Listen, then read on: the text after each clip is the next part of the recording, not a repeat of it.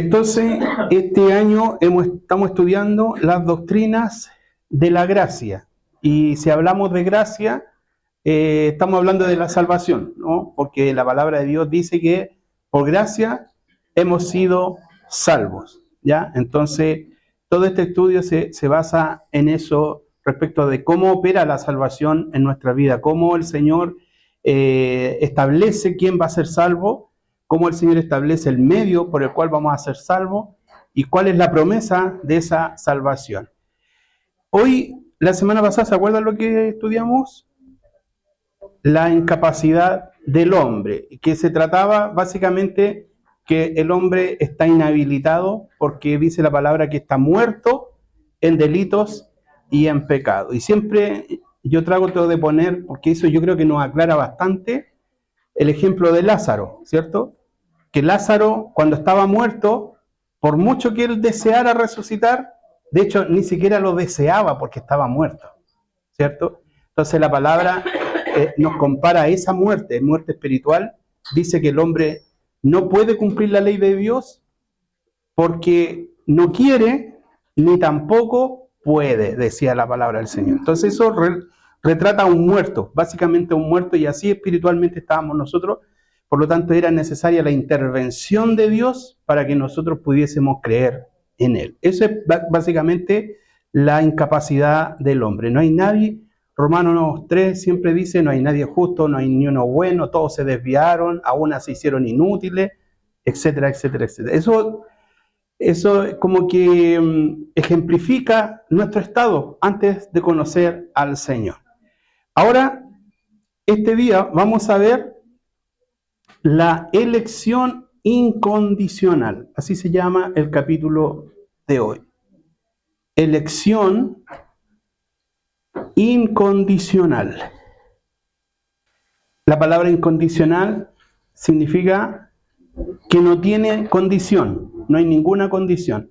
Nosotros, por ejemplo, decimos, ya, yo te hago este favor, pero con esta condición, decimos nosotros.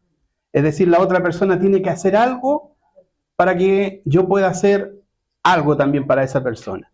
Cuando estamos hablando de la elección incondicional, es que Dios no nos pide ninguna condición porque no la podemos cumplir. Eso es elección incondicional. Pero ahora les voy a dar una definición respecto a la salvación de lo que es la elección incondicional. Y la definición de esto es que Dios elige salvar a ciertas personas solo por su gracia y voluntad, sin exigir ningún requisito o condición previa para ser salvo. Esa es la elección incondicional. Dios elige salvar a ciertas personas solo por su gracia y su voluntad, sin exigir ningún requisito o condición previa para ser salvo. Cuando dice que Dios no exige ningún requisito ni ninguna condición previa, alguien podría decir, no, pues pastor, pues si la palabra de Dios dice que el que creyere, ¿cierto?, y fuere bautizado, este será salvo. Entonces ahí efectivamente hay un requisito, hay una condición, que es creer. Pero lo que estamos hablando de la elección incondicional es antes de eso. Está basado con lo que dice, por ejemplo, Efesios 1, que nosotros dice que fuimos predestinados antes de la fundación del mundo. O sea, esto es antes de que nosotros creamos, dice la palabra, que Él ya nos había predestinado. Pero cuando Él nos predestinó, no nos pidió un requisito ni una condición, porque tampoco podíamos cumplir ese requisito, no podíamos cumplir esa condición que hubiese podido ser como, por ejemplo, ser santo. No podíamos ser santos porque estábamos todos destituidos de la gloria de Dios. Entonces, cuando habla de condición previa, habla de la eternidad. No sé si me logro explicar, ¿no? Porque efectivamente después para la salvación tú necesitas creer en Dios. Y ahí sí que hay un requisito, ya que lo vamos a ver más adelante, que también es dado por Dios. Ya también Dios nos hace creer en Él. Entonces, cuando dice que Dios elige porque está basado en la predestinación, elige salvar, y aquí empiezan los problemas, porque dice que elige salvar a ciertas personas. Elige salvar a ciertas personas solo, como dice Efesios otra vez, Efesios 1, solo por su buena voluntad, solo porque Él quiso, solo porque a Él le plació, sin tener ninguna obligación, ni siquiera Él necesitaba devolvernos algo que nosotros hubiésemos hecho, sino que Él lo hizo, como dice Efesios, por el puro afecto de su buena voluntad. Entonces, cuando Él decide salvar a ciertas personas, Él no pide requisitos, no pide condiciones, porque tampoco podíamos cumplir esas condiciones. Y esto, como vuelvo a repetir, se refiere en la eternidad, ¿ya? Basándome otra vez en el famoso Romanos capítulo 9, cuando dice: a Jacob amé, ¿se acuerdan? Y a Esaú aborrecí, ¿cierto? Dice ahí Romanos 9, si usted lo busca, que ellos ni siquiera habían nacido, ni siquiera habían hecho ni lo bueno ni lo malo, porque si hubiesen hecho lo bueno, alguien podría decir: ah, como ellos fueron buenos, entonces Dios los eligió. No, dice que Dios decidió amar a Jacob, siendo que Jacob todavía no nacía, no había hecho ni siquiera lo bueno ni lo malo, pero dice que Dios ya había elegido a uno. Por eso cuando habla de ciertas personas, porque no los elige a todos. ¿Sí? Dios no los elige a todos. Y a veces a personas les cuesta como digerirlo, tragarse, iba a decir, pero no, menos mal que no lo dije. Como que les cuesta como esto de que Dios elige a algunos y a otros no. Eso, pero la palabra, usted va a estar, está escrito en la palabra del Señor, como el ejemplo de Romanos 9, que escogió amar a Jacob y aborrecer a Esaú. Y ahí viene Pablo y se pone en nuestra mente lo que ya hemos hablado. Yo lo repito esto, hermano, porque para que nosotros agarremos bien esta doctrina, esta base bíblica que el Señor habla, porque Pablo dice: ah, entonces Dios es injusto. Que todos nosotros podríamos decir: ¿por qué no lo ama a todos? ¿Por qué no qué le cuesta? ¿Qué le cuesta elegirlo a todos? ¿Por qué no los elige y los predestina a todos para salvación? Y dice: ¿quién eres tú? Pablo dice: ¿quién eres tú para altercar con Dios? ¿Le dirá el barro al alfarero que lo formó: ¿por qué me hiciste así? No. Son cosas que a veces nosotros no podemos entenderlas. No está quizás en nuestra mente todavía comprender la dimensión de por qué Dios actúa de esa forma, pero cuando Él decide no salvar a alguno, lo hace porque Él es justo, porque los que se condenan en forma justa se condenan. No es un acto injusto los que se van a condenación, sino que es lo que les corresponde, ¿ya? A nosotros también nos correspondía la condenación, pero porque Él quiso, porque a Él le plació, porque a Él tuvo ese afecto, no basado en nosotros, sino en su Hijo Jesucristo, decidió amarnos y darnos una salvación. Entonces, esa es la elección incondicional, que Dios decidió salvarte sin pedirte ninguna condición previa. Por eso dice previa, es decir, en la eternidad, cuando Él te predestinó, que ni nosotros ni nacíamos, ni pensábamos nacer. Bueno, Dios sí ya lo sabía, porque Él lo sabe, Él es omnisciente. Sabía que tú ibas a venir en este tiempo y que ibas a estar sentado aquí estudiando la palabra del Señor. Amén. Entonces, esa es la elección incondicional. No sé si queda como bien claro, que significa que no nos pidió ninguna condición, ningún requisito para salvarnos. Él lo hizo por el puro afecto de su voluntad. ¿Bien? Ya. Déjeme tomar agüita. Vamos a ir ya profundizando un poquito más este tema. Texto base de lo que estamos hablando. Vuelvo a Efesios capítulo 1. Anote solo la cita como texto base, Efesios capítulo 1, versos 3 al 7, que dice: bendito sea el Dios y Padre de nuestro Señor Jesucristo. ¿Cuántos dicen a eso? Bendito sea nuestro Dios, nuestro Padre, Señor Jesucristo, que nos bendijo con toda bendición espiritual en los lugares celestiales en Cristo. Y aquí yo lo puse en rojo para poder destacar esta parte que tiene relación con lo que estamos estudiando. Según nos escogió en Él, antes, en Él se refiere a Cristo, antes de la fundación del mundo. Es decir, Él nos escogió antes que ni a usted ni siquiera a sus papás se le ocurría que usted iba a nacer, pero Dios ya lo había predestinado. Para que fuésemos santos y sin manchas delante de Él, en amor, habiéndonos predestinado. Por eso a algunos les cuesta hablar de la predestinación, pero la predestinación está en la palabra, está en la Escritura, para ser adoptados hijos suyos por medio de Jesucristo. Según, ¿qué cosa?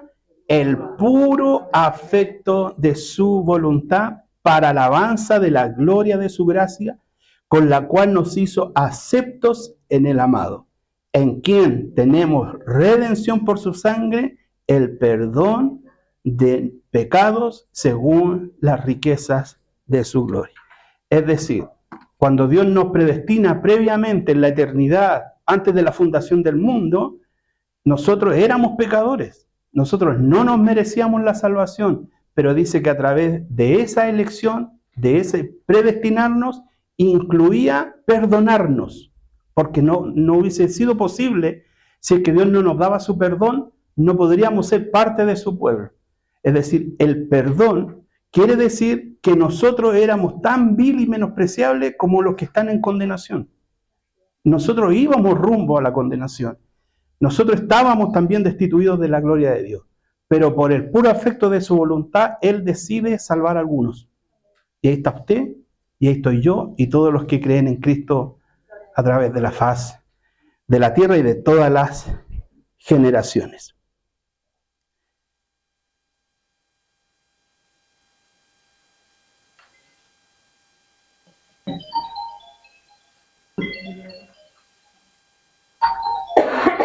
Bien,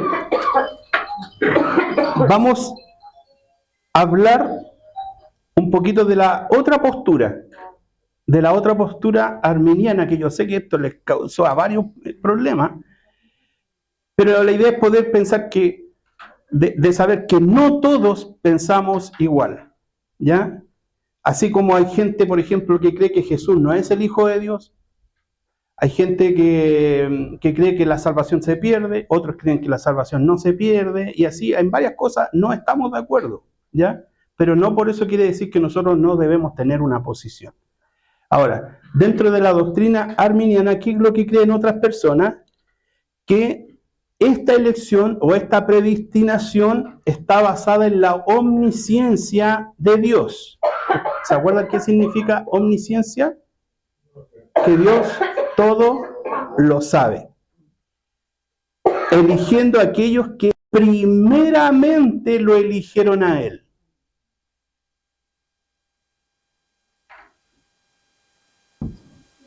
Su base, o en qué se basan, en lo que dice 1 de Pedro, capítulo 1, verso 1 al 2.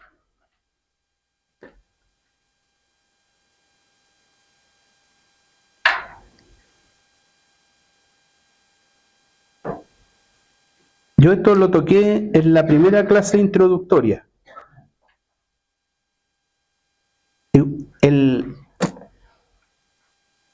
Parece algo tan insignificante la diferencia, pero no es tan insignificante.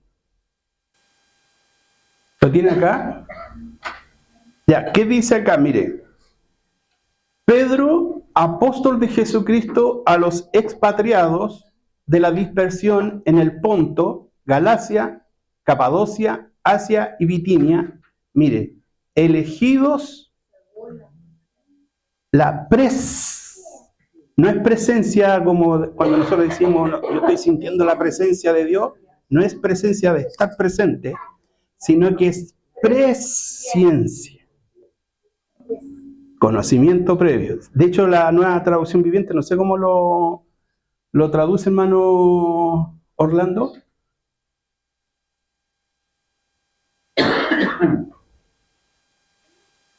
Yo, apóstol de Jesucristo, escribo la carta a los elegidos por Dios que viven como extranjeros por las provincias. No, aquí no lo dice. Bitinia. El 2. Dios Padre los conocía y los eligió desde hace mucho tiempo. Y el Espíritu los ha hecho santos. Ellos dicen que Dios te eligió. A ver, en la otra postura, la que nosotros creemos, es que Dios te eligió sin tú elegirlo a Él. Tú no lo andabas buscando, yo no lo andaba buscando y Él me salió al encuentro. Amén. Ellos dicen que Dios los predestinó porque tú lo elegiste primero a Él. No sé si se entiende la diferencia. Es decir, que en la eternidad, Él te predestinó porque Él sabía en su conocimiento previo que tú lo ibas a elegir a Él. Y por eso Él te eligió a ti. Nosotros no creemos eso. Nosotros creemos que Él te eligió sin tú elegirlo a Él. Usted dice, ya, pero pastor, da lo mismo. No da lo mismo. ¿Sabe por qué? Porque la palabra de Dios dice que lo que Él ha hecho en nosotros, no me acuerdo textualmente cómo dice el texto, pero dice para que nadie se gloríe. Por obra. Exacto. Por la obra. Porque yo podría decir, Dios me eligió porque yo lo elegí primero a Él. No sé si se logra entender quién se está llevando la gloria en esto. El hombre. Porque el hombre podría decir, como yo lo elegí a Él, yo como que me gané la salvación. Me gané que Él me eligiera a mí porque yo lo elegí a Él. Y por eso, en esa otra postura, la gloria se la lleva el hombre. Yo no me acuerdo el texto, pero hay un texto que habla que parece que cuando dice que el don de fe no es de nosotros y que no es por obra, para que nadie se gloríe. Nadie puede decir que Él se ganó la salvación. No sé si no es tan sutil, parece como muy sutil la diferencia, pero en esta otra postura la gloria se la lleva el hombre. En la otra postura la gloria se la lleva a Dios, porque yo estaba destituido de su gloria y Él aún así me salvó. Entonces la gloria es para Dios, no es para mí. ¿Ya? Ahora, dentro de esto de Romano, la presciencia viene del griego prognosis, que significa conocimiento previo. Y es cierto que Dios es omnisciente, es cierto que Dios todo lo sabe. Es cierto, pero en base a la salvación, la elección no se hizo porque tú lo amaste a Él primero. Se hizo porque Él te amó primero a ti. Y porque, dice la palabra de Dios, porque Él nos amó primero, nosotros le amamos a Él. Esta palabra aparece, por ejemplo, en Hechos capítulo 2, versos 22 y 23, la palabra presciencia, no en el español no escrita, pero en el griego usa esa misma palabra, que dice, la Nueva Traducción Viviente de Hechos 2, 22, 23, dice, pero Dios sabía lo que iba a suceder. Y agrega, y su plan predeterminado se llevó a cabo cuando Jesús fue traicionado. Entonces, si bien es cierto, esa palabra habla de un conocimiento previo, pero acá, por ejemplo, en Hechos 22, va ligado al plan, dice, al plan predeterminado que Dios tenía y que se llevó a cabo tal cual Él lo tenía planificado. Entonces no es simplemente un conocimiento previo para poder hacer cosas, sino que Él sabe lo que va a pasar porque Él lo planificó que sucediera así. Para cerrar esta lámina, en resumen, otros creen que Dios los eligió porque ellos lo eligieron primero a Él. Nosotros creemos que Él nos eligió a nosotros y porque Él nos eligió, nosotros creemos en Él. Esa es la diferencia. En una, el hombre se lleva la gloria y en la otra, Dios se lleva la gloria. Bien, eso es para poder resumir. Avanzamos. Hay muchas personas que tienen problemas con esto de que Dios escoge o elige personas, pero la Biblia está llena y prácticamente todos los que en alguna vez fueron instrumentos en las manos de Dios fue porque Dios los escogió, porque Dios los eligió, porque Dios los llamó, porque Dios les salió al encuentro. Entonces ahí hice una lista más o menos de personas que efectivamente fueron elegidas. Entonces, algunas personas tienen problemas con esto de que Dios elige y dicen, no, ¿cómo Dios va a estar eligiendo? Pero la Biblia, vuelvo a insistir, está llena prácticamente todos los instrumentos de Dios. Cuando digo instrumento, hablo de personas, de hombres, profetas, de sacerdotes, de reyes, prácticamente todos los que cumplieron un plan divino, todos fueron llamados y elegidos por Dios. Noé fue elegido. Abraham, de hecho, Abraham servía a dioses paganos y Dios lo llamó, ¿cierto? Que saliera de su tierra y de su parentela. A Jacob también. Dice ahí Romanos 9:13 que Dios amó a Jacob y de él nació el pueblo de Israel. A Israel, obviamente, de hecho Israel era el pueblo más pequeño, el más insignificante, y Dios lo escogió, queriendo señalar Dios que Dios no iba a elegir una potencia mundial, un país grande, temible, sino que eligió un país que ni siquiera tenía tierra, ni siquiera tenía una posesión, para poder señalar lo grande y fuerte del poder electivo de Dios. Pedro, los discípulos, ¿se acuerdan? Que el Señor le salió al encuentro, el Señor le dijo, ven y sígueme. Y dice que dejando todo, le siguieron. Ni hablar de Pablo, que Pablo iba totalmente en contra de lo que era la iglesia de Dios, y Jesús le sale al encuentro. Dura cosa te es dar cosas contra el aguijón. Y dice que le trastornó la vida, y después de perseguidor de la iglesia, fue el evangelista, el predicador que llevó y expandió el evangelio prácticamente por todo el mundo. Entonces, no es extraño que Dios elija. La Biblia está llena de elecciones, de personas que Dios eligió. Por lo tanto, que Dios haya elegido un pueblo para ser salvo, está acorde y en consistencia con todo lo que la palabra de Dios habla acerca de la elección. Sí, les queda... No, creo que nosotros no tenemos problema con entender que Dios elige.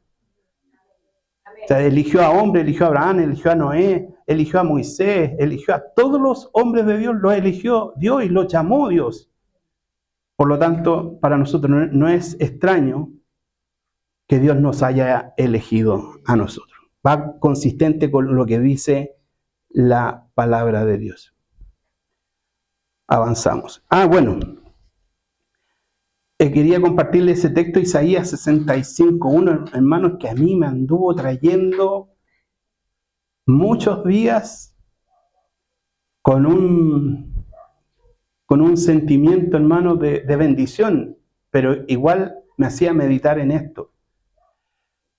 Porque dice, en cuanto a lo que es la salvación para nosotros, dice Isaías 65:1, en la nueva versión internacional, dice: me di a conocer a los que no preguntaban por mí. Dejé que me hallaran los que no me buscaban.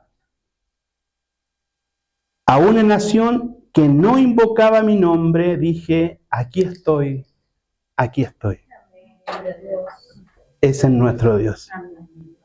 A mí este versículo, hermanos, me caló tan hondo, porque dice que Él se dio a conocer a los que no andaban preguntando por Él.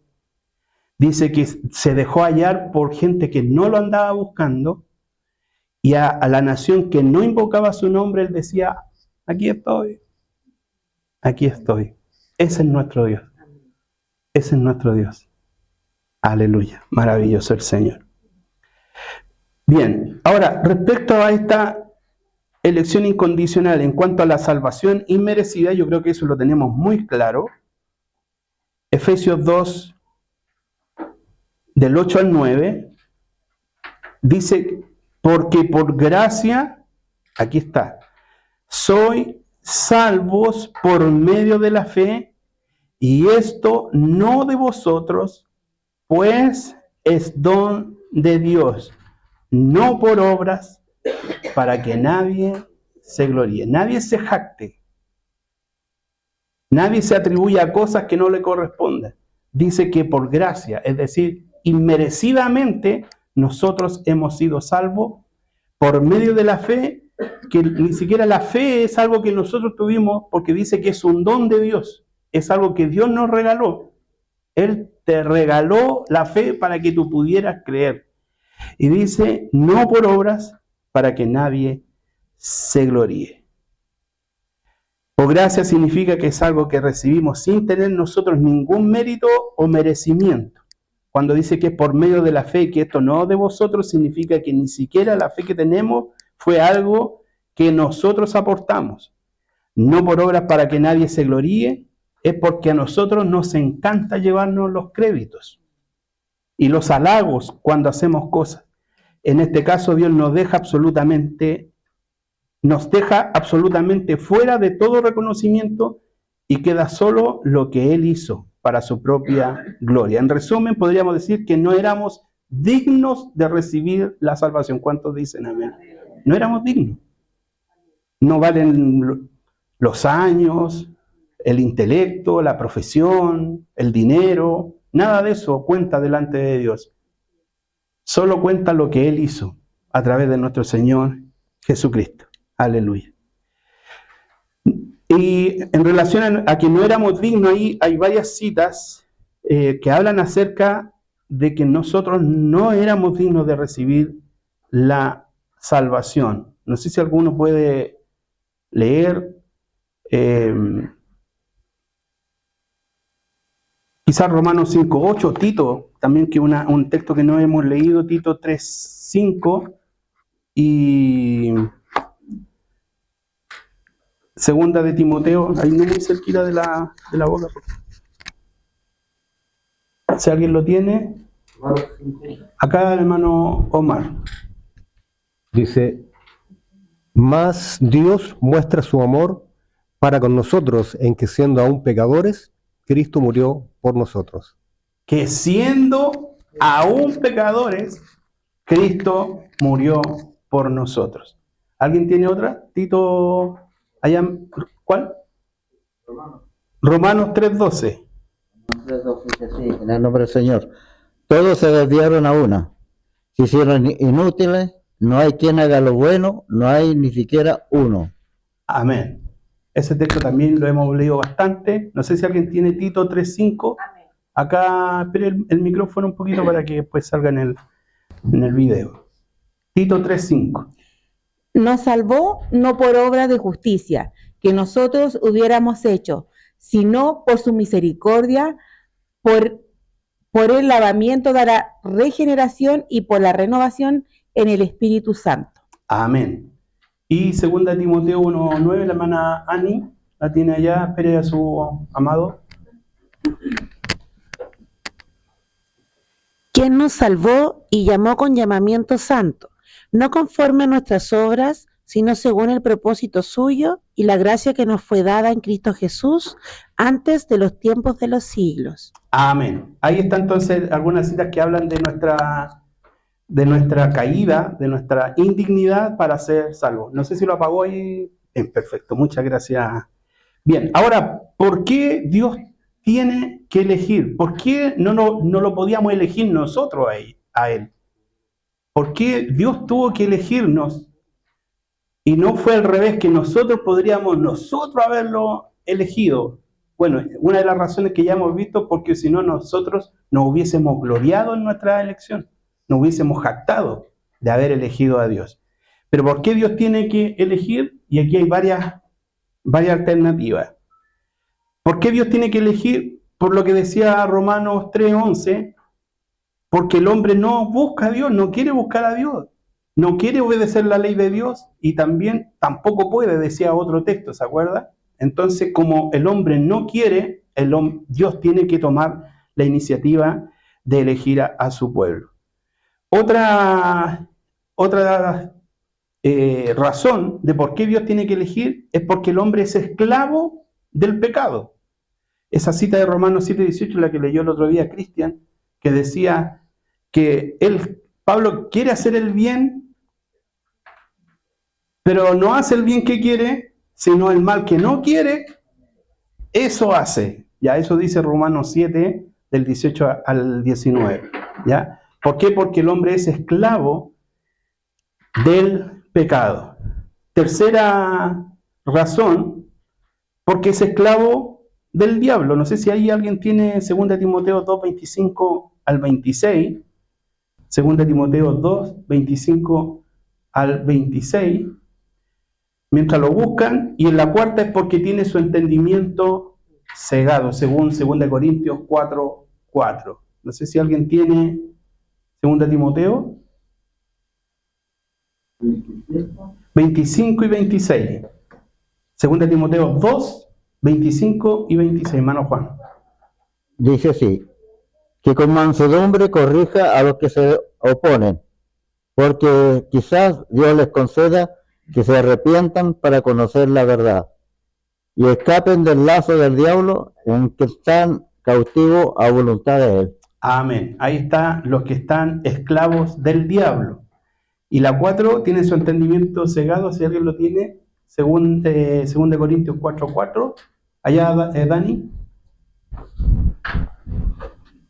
En los cuales el Dios de este siglo cegó el entendimiento de los incrédulos para que no le resplandezca la luz del evangelio de la gloria de Cristo. Amén. Ahí está. Entonces, algunas razones, porque hay muchas, pero las principales es porque el hombre no busca a Dios, porque es esclavo del pecado, porque es esclavo del diablo y porque tiene su entendimiento cegado o entenebrecido. ¿Ya? Ahí están 4 razones.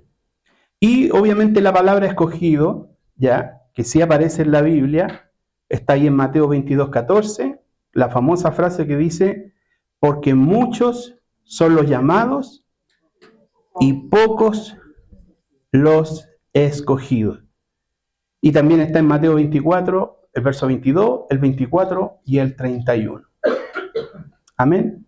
Entonces, la palabra habla de elegidos, la palabra habla de escogidos, habla de predestinación, habla de que fue antes de la fundación del mundo. No es un concepto que se esté inventando o se esté interpretando de alguna forma, sino que en la palabra de Dios habla de estos términos. Habla de escogido, de elegido, de predestinación. De hecho, Romanos 8 dice a los que antes conoció, a estos llamó, ¿se acuerdan? Y a los que llamó, a estos predestinó, y a los que predestinó, justificó, y a los que justificó, los glorificó. ¿Ya? Entonces ahí está todo el proceso del llamamiento que Dios hace con nosotros. ¿Voy a avanzar? Amén. Ya.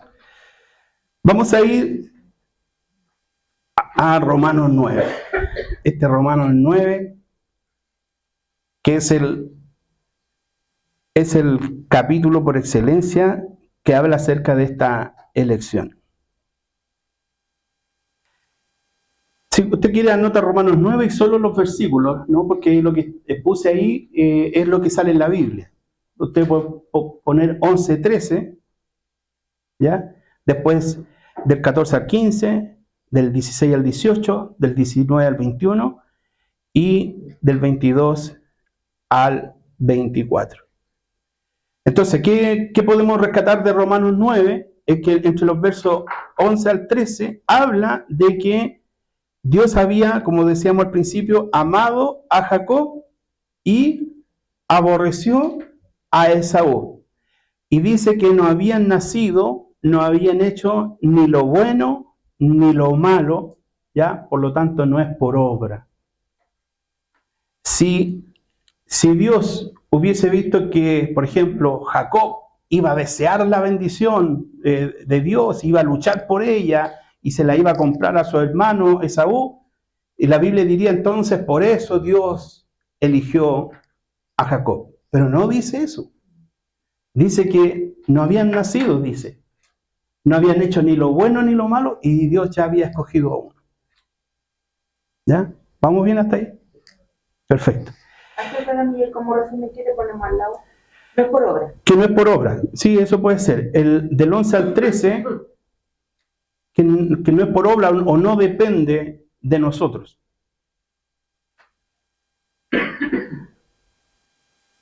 Nosotros hemos aprendido que siempre alguien puede decir, pero ¿por qué Dios no amó también a Esaú? Y esa no es la pregunta es ¿por qué Dios amó a Jacob? Porque ninguno de los dos, dice Romanos, estábamos todos destituidos de la gloria de Dios.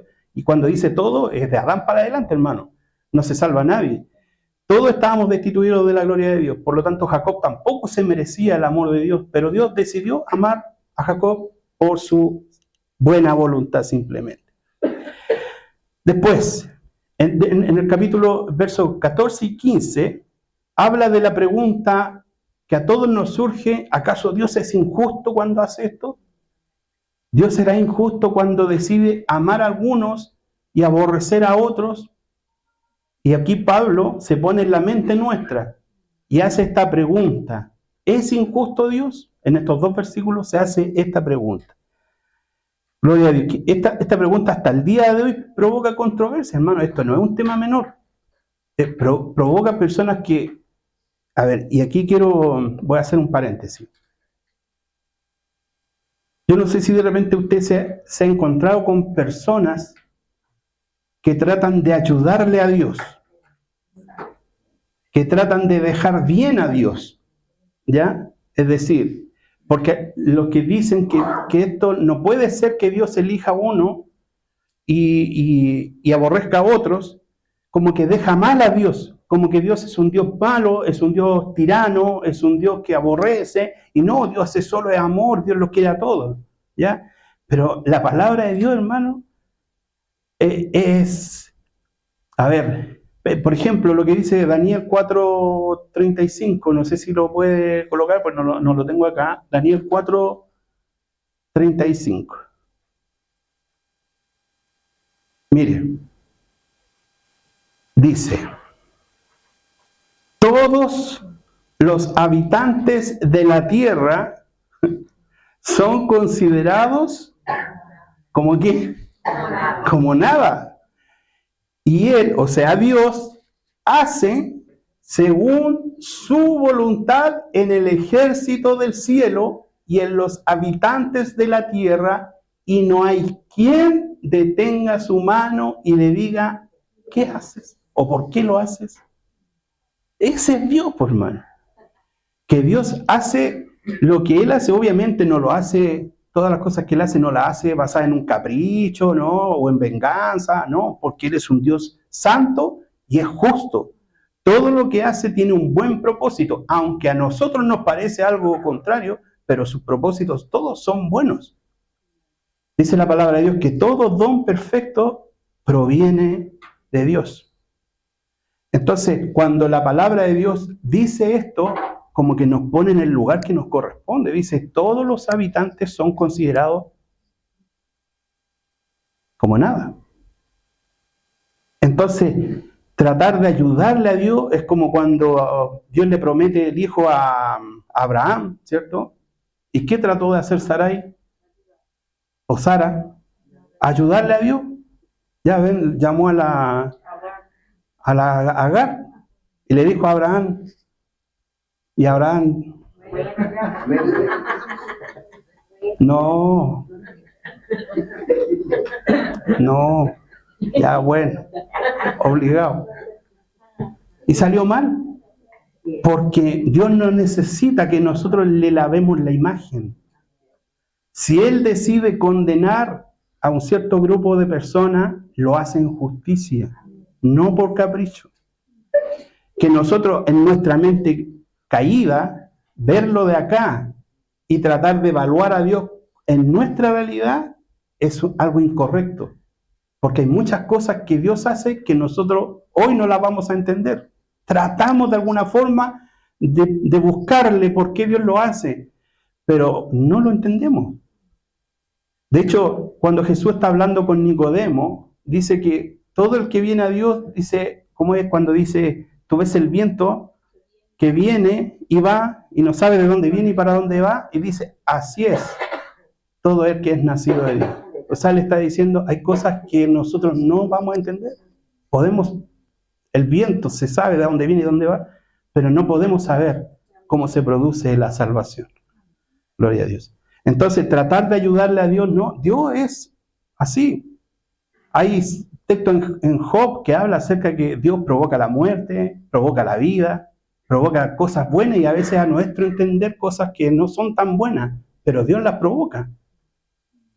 Si hubiese algo que sucediera, que Dios no estuviera ahí, que a lo mejor no es que Él lo provoque, pero lo permite, Dios ya dejaría de ser soberano.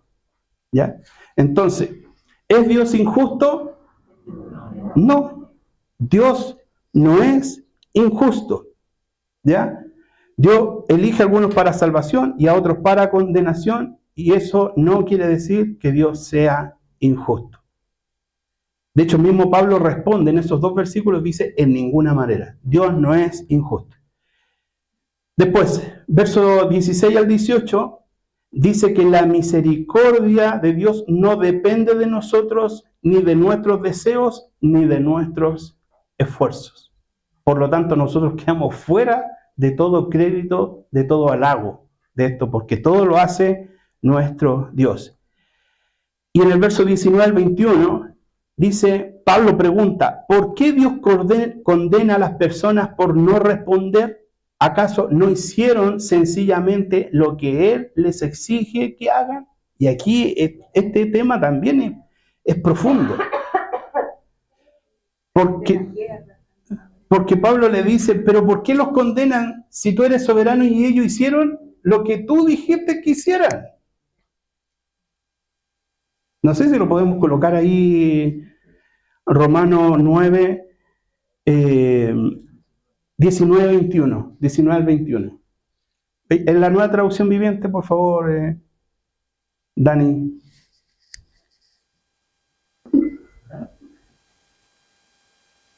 Mire, Pablo dice esto, ponga atención. Ahora bien, ustedes podrían decir, Pablo se está anteponiendo a lo que está pensando la gente.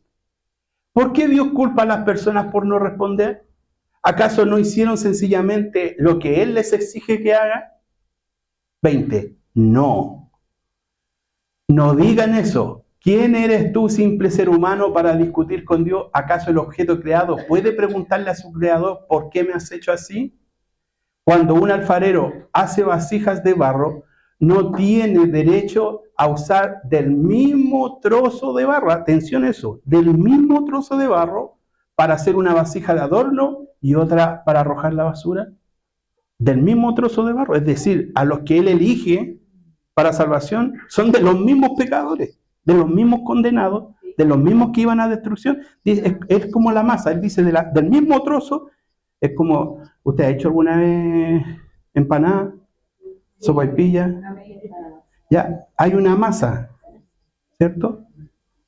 Y usted saca, ¿cierto? Y la empieza así a hacer así, he visto yo que le hacen, ¿cierto? Y después empieza y después la forma, la corta, le pone el quesito o el pino y las doblas. Lo que está poniendo el ejemplo con el alfarero, con el barro, dice que de la misma masa. Es decir, todos nosotros éramos de la misma. No es que dijéramos, no, que había una masa más específica, no, de la misma masa dice que Él decide apartar y uno lo hace porque Él quiere, lo hace para vasos de honra, dice Reina Valera, y este otro dice, esto lo hago para vasos de deshonra. ¿Por qué? Porque Él quiso simplemente, aleluya, gloria a Dios. Y esto nos cuesta entender, porque el hombre para llevarla fácil, quiere que de la misma masa Dios haga a todos para honra. Por eso Pablo le dice, ¿quién eres tú para pedirle explicaciones a Dios? Si Él lo hace así, es porque Él tiene todo el poder y lo hace en justicia. A los que salva, lo hace en amor, y a los que condena, lo hace en justicia. Porque se lo merecen, no porque sea injusto. ¿Sí? Entonces sería un error el escuchar o decir cuando predica que Dios ama a todo el mundo. Es que lo que pasa, sí, es buen punto, eso viene en 2 clases más, porque vamos a tocar ese punto. Vamos a tocar ese punto, porque que es con lo que vimos en el primer capítulo, es que ¿por qué murió Jesús? Cuando murió, si Dios ya sabía desde la fundación del mundo, todos los que se iban a morir, ¿Dios mandó a su Hijo también a morir por ellos? ¿O solo por los que Él había predestinado para salvación?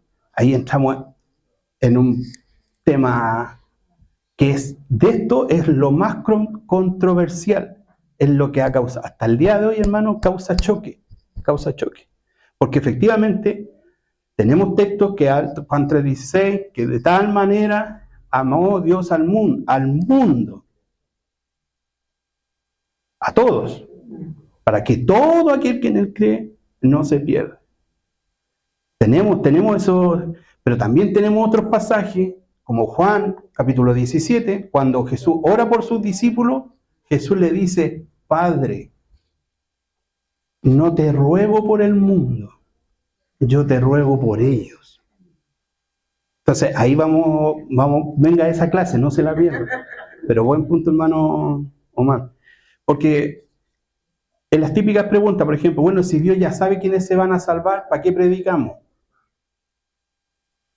¿Para qué predicamos si Dios ya lo sabe? Pero es que no es así, pues, hermano. Dios nos manda a predicar el Evangelio porque Él lo sabe, pero nosotros no lo sabemos. Entonces nosotros le hablamos a ella, le predicamos, y dice que a Dios le plació que por la locura de la predicación la gente venga al conocimiento de Cristo. Porque cuando usted habla, va el Espíritu Santo y al que es, lo redarguye y lo convence de pecado. Y tú, ven para acá. Y hay otros que no te van a escuchar y van a rechazar el mensaje, y para ellos no era el Evangelio. Ya, bueno, no me quedo. Sí. En esa parte hay personas que dicen, yo le hablo y no entiende y le pasa no la cosa, pero yo digo que el Señor lo puede ayudar y esa persona entiende. Yo le digo, o sea, yo he conversado con personas así, yo he dicho que Dios no ha tocado su corazón, por eso es, no sé, el llamado. Sí, pues nosotros a veces nos ponemos cargantes y que no, que tenés que... Bueno, en el Sermón del Monte, Cristo les dijo que no diéramos las perlas a los puercos, porque efectivamente hay gente, por ejemplo, que a usted lo va a ofender, y va a ofender la palabra, va a ofender a Dios, ya no me vengáis más, y va a ofender a Dios. Entonces ahí lo que la palabra de Dios dice, bueno, tú cumpliste con predicar, pero tampoco es para rebajar el Evangelio, ni rebajar a Cristo. De hecho, muchas veces la gente predica de la forma, por ejemplo, que también lo hemos hablado acá, ven a Cristo, el Señor te anda buscando, es como que Dios anduviera mendigando al corazón de las personas. Y no, dice que cuando Cristo vino a la tierra, Él dijo, arrepiéntanse, arrepentidos y convertidos, porque el reino, a nadie le dijo, oye, hazme un espacio en tu corazón, tu vacío del corazón tiene mi forma, y yo puedo entrar, y deja de sufrir. No. El Evangelio es que la gente tiene que reconocer que es pecadora y que hay una opción que se llama Cristo, que murió en la cruz para salvar de una condenación eterna. Ese es el Evangelio. Nunca ha sido ofrecer a un Cristo moribundo que anda deseando que todos le hagan un espacio, darle una oportunidad. No es así. Bien. Ya, 22-29. Coloquémoslo acá. 22 al 24, perdón. Romanos 9:22, lo vamos a leer. Dice, de la misma manera, aunque Dios tiene el derecho de demostrar su enojo y su poder, Él, o sea, ¿qué es lo que está diciendo? Dios podría a todos eliminarlos completamente, de una. Pero dice, Él es muy paciente con aquellos que son objeto de su enojo. Mire lo que dice aquí. Los que están destinados para destrucción. Es decir, hay gente que está destinada para destrucción. Dios lo hace para que las riquezas de su gloria brillen con mucha más intensidad sobre aquellos a quienes les tiene misericordia, los que preparó de antemano para gloria. Aquí estamos viendo derechamente los dos grupos. Hay unos que están destinados para condenación y hay otros que fueron preparados para su gloria. Claramente hay dos grupos. Y nosotros, Gloria a Dios, amén. y nosotros estamos entre los que Él eligió, aleluya, ya sea del grupo de los judíos, que nosotros no somos de allá, o de los gentiles, que ahí sí nosotros somos. Entonces, la Biblia claramente habla de dos grupos de personas, unos que están destinados para destrucción y otros que están preparados para gloria. Y dice Pablo, y nosotros estamos en los que Él preparó para gloria. Aleluya, gloria a Dios. De hecho, creo que Juan 3:16, a ver, Juan 3:16 en la Reina Valera.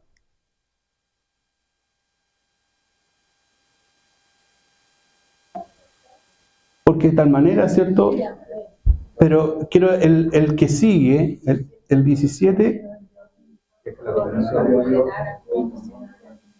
17. Ya, porque no envió Dios a su Hijo al mundo para condenar al mundo, sino para que el mundo... Efectivamente, cuando Cristo vino a morir, no vino a condenar, vino a salvar. Pero llegará el día que sí va a haber condenación. En este momento, cuando Cristo vino a salvar. 18, a ver, aquí está. El que cree no es condenado, pero el que no cree ya ha sido.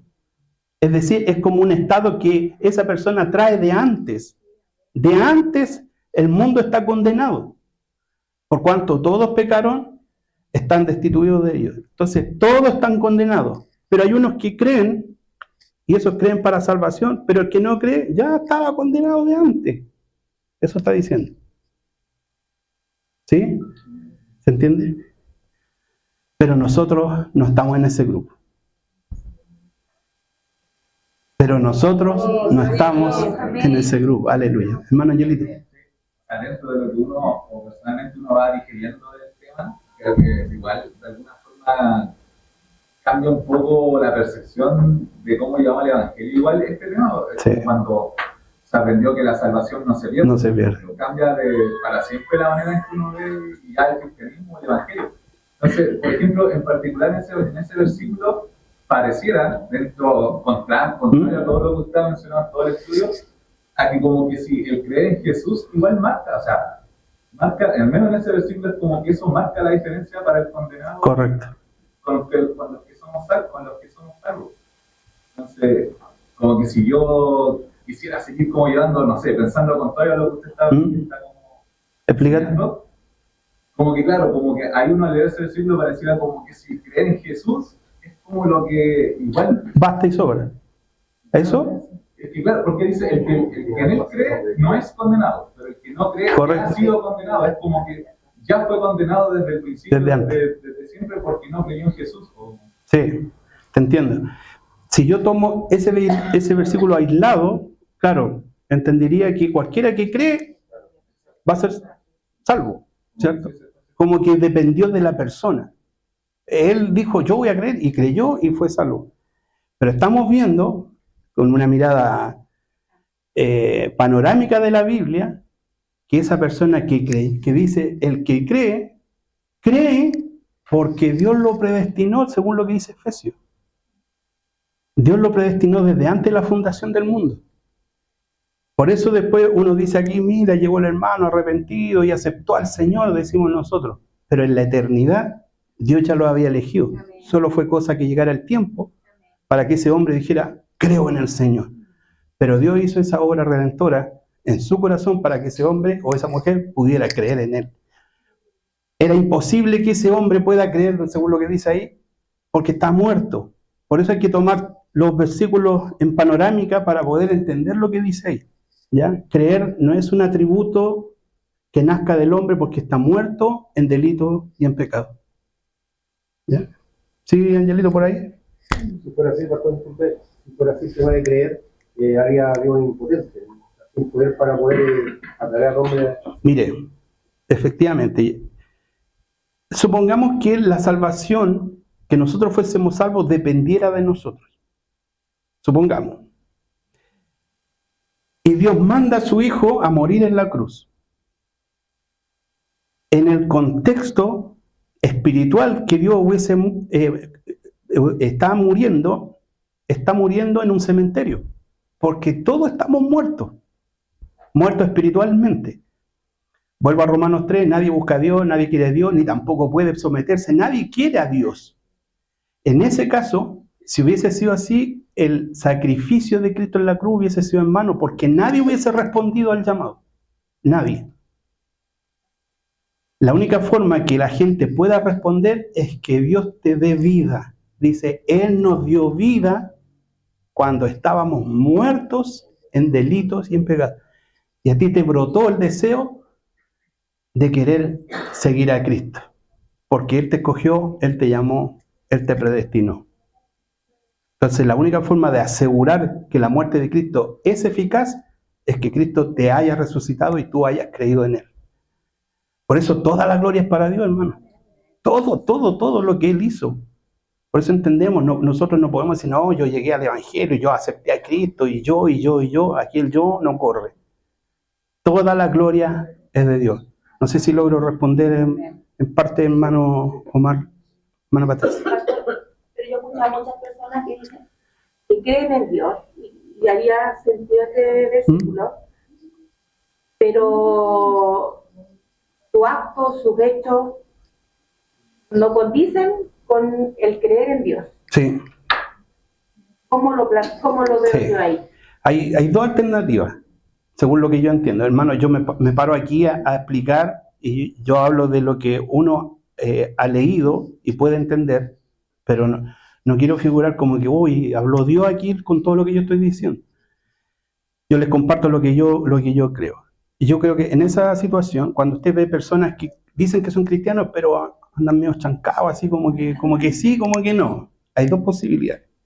Una, famoso, 1 Juan 2:19, que estaban con nosotros, no eran de nosotros, porque si hubiesen sido de nosotros, hubiesen permanecido. Porque esa persona hoy día está, pero mañana a lo mejor se va a ir del Evangelio y definitivamente, de hecho en la parábola del sembrador, dice que una de las que dio fruto permaneció por un tiempo, dice. Pero luego dice los afanes de la vida, ¿pa? Nosotros podríamos estar en ese tiempo de creer que somos cristianos. Por eso la palabra de Dios dice, el que piensa que está firme, porque mañana, a lo mejor yo hoy día soy cristiano, pero a lo mejor mañana me voy enojado, tuve un problema con el hermano y nunca más vuelvo a la iglesia, y al final hemos sabido casos recientes, pastores, hermano, totalmente desviados. Entonces, una posibilidad es que realmente nunca hayan sido cristianos y están viviendo una vida de apariencia simplemente. Perdón, pastor, pero yo voy al hecho de que hay gente que no es cristiana, que es de afuera, y dice que creen en Dios. Ya, o sea, no vienen a la iglesia. No vienen a la iglesia, y supuestamente creen en Dios. Dios ha hecho obras en ellos, sanidades, y supuestamente creen en Dios. Ya, bueno, yo no podría decir, no estoy en la mente de Dios, porque ¿cuál es la otra alternativa? no me acuerdo del texto que habla, dice que algunos construyen, ¿se acuerdan? Con los 5 materiales o 6 materiales, hojarasca, oro, madera, heno, y nombra varios, y dice que el fuego probará, ¿cierto?, de qué estaba hecho, ¿cierto? Y, Primera de Corintios. bien, hermano Angelito, eso me gusta. Lo teníamos preparado. Ángelo, cuando yo diga, tú saltás ahí. ¿Cuál es? Primera de Corintios 3:12. Primera de Corintios 3:12 en Reina Valera. Primera de Corintios 3:12.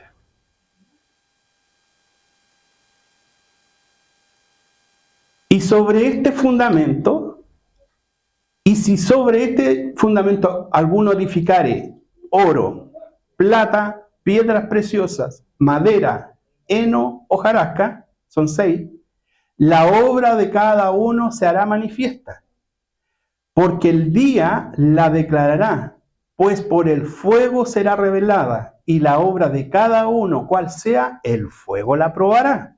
14. Si permaneciere la obra de alguno que sobreedificó, recibirá recompensa. Si la obra de alguno se quemare, él sufrirá pérdida, si bien él mismo será salvo, aunque así como por fuego. ¿Qué quiere decir eso? Que hay gente que da su vida por el Evangelio, que da buen testimonio, que es íntegro en lo público, en lo privado, da buen testimonio, en fin. Es un hombre o una mujer de Dios. Predica el Evangelio, le habla a la gente, trata de cumplir todo lo que Dios dice. Dice que es como que estuviera edificando con materiales preciosos, oro, plata, piedras preciosas, y que aunque venga el fuego del juicio, eso no se va a derretir, no se va a consumir. Pero hay otros que construyen con madera, con heno, con hojarasca. Es decir, imagínense la paja seca, usted le prende un fuego, se quemó entera. Es decir, dice que si bien es cierto, él sufrirá pérdida, si bien él mismo, el que fue negligente, el que, no sé, no era buen cristiano, pero amaba al Señor, decía que creía en Dios, bla, bla, bla. Yo por eso digo, eso estará en el misterio de Dios, Dios lo conocerá. Dice, el fuego lo va a probar y a lo mejor sus obras no dejan nada que desear, ¿ya? Y dice, si bien él mismo será salvo, va a ser salvo, aunque así como por el fuego, en buen chileno, es como que va a ser salvo rajuñando. Claro, ahí también entra como el tema de nuestras coronas, como los galardones, los que van a ser premiados, ¿cierto? Entonces, dice que va a haber gente que va a ser salva con un 4.